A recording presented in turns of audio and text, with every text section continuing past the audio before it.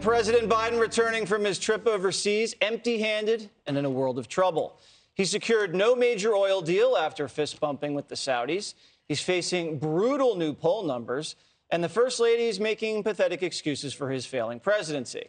Dr. Jill Biden taking a break from comparing Hispanics to tacos and justifying Joe's lack of progress in his presidency, saying this: the president had so many hopes and plans for things he wanted to do, but every time he turned around, he had to address the problems of the moment.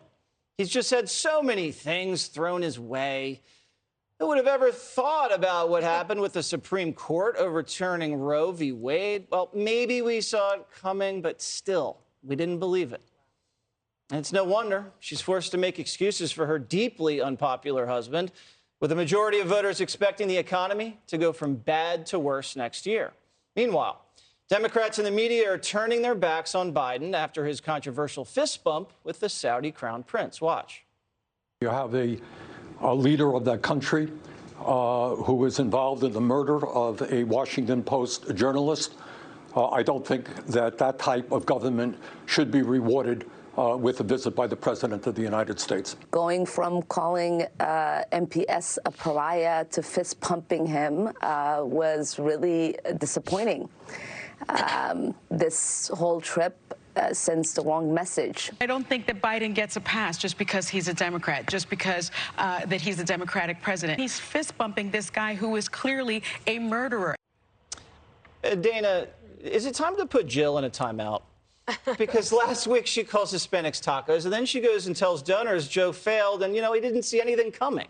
I think every time I hear the Jill Biden comments read, and I realize that it's in the past tense, that really is interesting. So she's at a big donor fundraiser in Nantucket, but that's pretty much like anybody want to give $1 million, you can basically do that up there. And she's basically saying the presidency is kind of over, and there was no hope. There was no, but we've got this, and here's what we're going to do, and you've got to be with us. Well, maybe she did that in other parts of the speech, but if you're sitting there and that's the part that you take away, then you realize that they must have some tough conversations at home. I think they're going to have tougher conversations as it gets closer to the midterms when we can see what's going to happen. Though things are tightening a little bit, as usual. That's what happens around this time of year. But then you're going to have an even bigger conversation after the midterms, after Thanksgiving, which is when I believe that the president is going to have to make a very tough decision. We might see something quite historic. The other thing that happened this weekend is that Bernie Sanders is basically saying that Joe Manchin killed Joe Biden's agenda. So, well, actually, no, sir. Joe Biden was trying to do your agenda, Bernie Sanders' agenda, and that's what's gotten the Democrats into a terrible fix now. And all of a sudden, Bernie Sanders is going to go out on all the shows and criticize the Joe Manchin and not realize that the consequences of their actions. That, I think, is pretty interesting. And the last thing I would say is that the reality is right now the activists are running the asylum at the White House. Not necessarily the White House staff themselves, but if you look at what Kate Bedingfield, the outgoing communications director, said about the activist class, that you're not even really Democrats, you're not on our side. They have problems not just with independents and women and the youth vote and Hispanic vote and the black vote. They have problems with the progressive vote, and now they're even having problems with their own moderates. When that many people don't want the president to run again, it's a huge problem. And they're mad that he fist bumped the Saudi crown prince.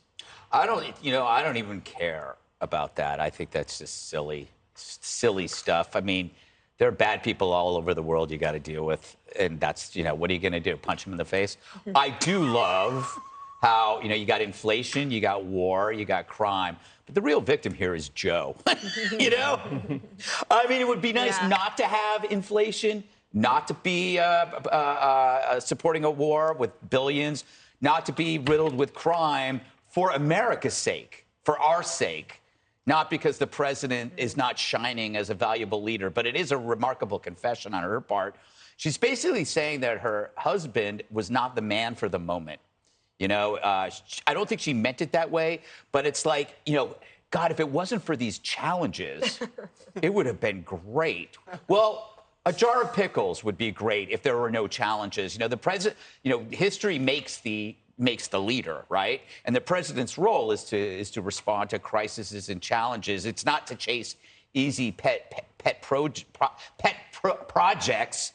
It was a long weekend.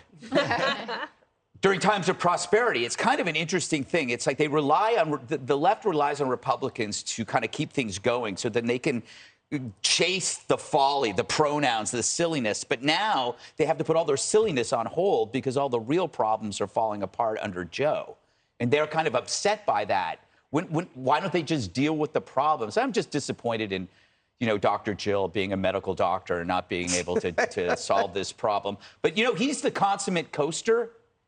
He's been the backslapping kind of consultant living off the fat of the taxpayer dollar. He doesn't want to work. And that's the shame. It's like this is supposed to be easy. Yeah, I mean, imagine Bush said, so many plans for privatizing Social Security, and then we got hit on 9/11. You can't say that if you're president. You know what I love about this team? It was Jill Biden who took Joe around during the pandemic and made sure that nobody got near him, that they could hide in the basement, and they had their masks on, and, there were cars beeping and supporting Joe. Well, Trump was out there with 35,000 people at a time. But I love, and permit me, I just love, but the problems of the moment prevented him from doing what he so wanted to do and didn't do for 47 years in government. So, for example, the Supreme Court overturning Roe versus Wade. Jill, you had 6 weeks from the time it leaked to the time the actual decision came out. That's not a moment, that's 6 weeks. All right, so I don't know what you're complaining about there.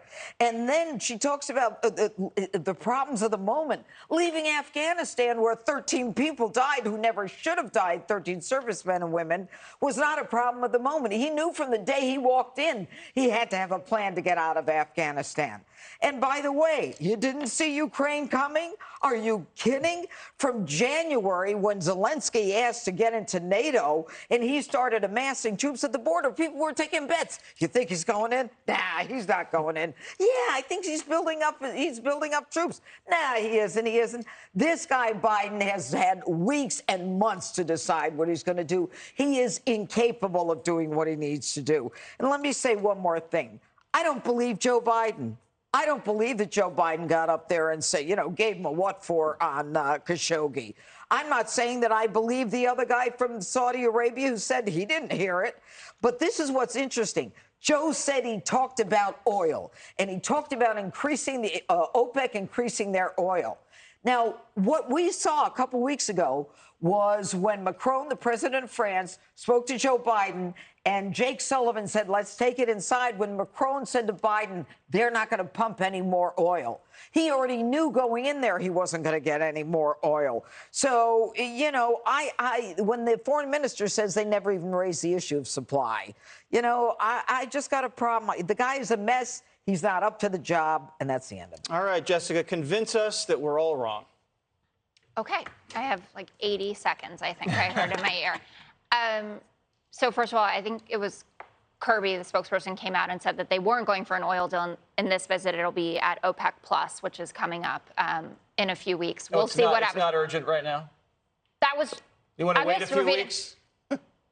Take with it what you will. We've seen almost a 40-cent drop in the gallon price of oil over the last month. If it stays on this route, by mid-August, we'll be under $4 a gallon. It won't be. But it's not going to because the cost of the barrels have gone up. You just told me that those are the facts of what happened here. I was not a fan of the trip to Saudi. I don't think it sends the right message. Fist bump or no fist bump, though would say I would never take the word of a Saudi foreign minister over the President of the United States of America. He says he raised it. There was a statement from Jamal Khashoggi's wife thanking President Biden for doing that. That was something that certainly didn't get from the last administration any sense of accountability, the mention of human rights, which was Jamal Khashoggi's mission in life to raise attention to what goes on and human rights catastrophes. In terms of what Jill Biden, I hope, was talking about at this fundraiser, beyond those comments, which I thought it was weird as well that it was in past tense, you got the American Rescue Package. You had a bipartisan infrastructure bill, which was a huge accomplishment. You had bipartisan gun reform, something that has completely eluded Democratic presidents going back to the 90s when, obviously, we had the assault weapons ban. Those are real accomplishments that I think history will look back, and I'm not saying that people are going to say Joe Biden was the greatest president of our time, but we will say there were real things that were accomplished, and he got Mitch McConnell to sign off on them. And if you know anything about Mitch McConnell, you know that he doesn't do anything that he really doesn't want to do. And you know that it's hard to get him to agree with you. What pisses me off, though, is this comment about we didn't see Roe v. Wade coming. People have been screaming this from the rooftops since 2016. When Ruth Bader Ginsburg decided that she did not want to resign and step down, Barack Obama met with her. He did not say, Ruth, you got to get out of here.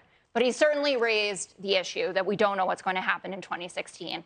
And people on the pro-choice side, activists and just normal people have been worried about this happening because the fate of abortion care in this country, women's reproductive health care, is in the hands of these judges. And you can say it just gets kicked back to the states. I know how it works. But we've also seen just 3 weeks of this, the implications for women on the ground who are crossing state lines in order to get care, who have doctors waiting too long to give them treatments that still remain legal because they are afraid of losing their medical licenses.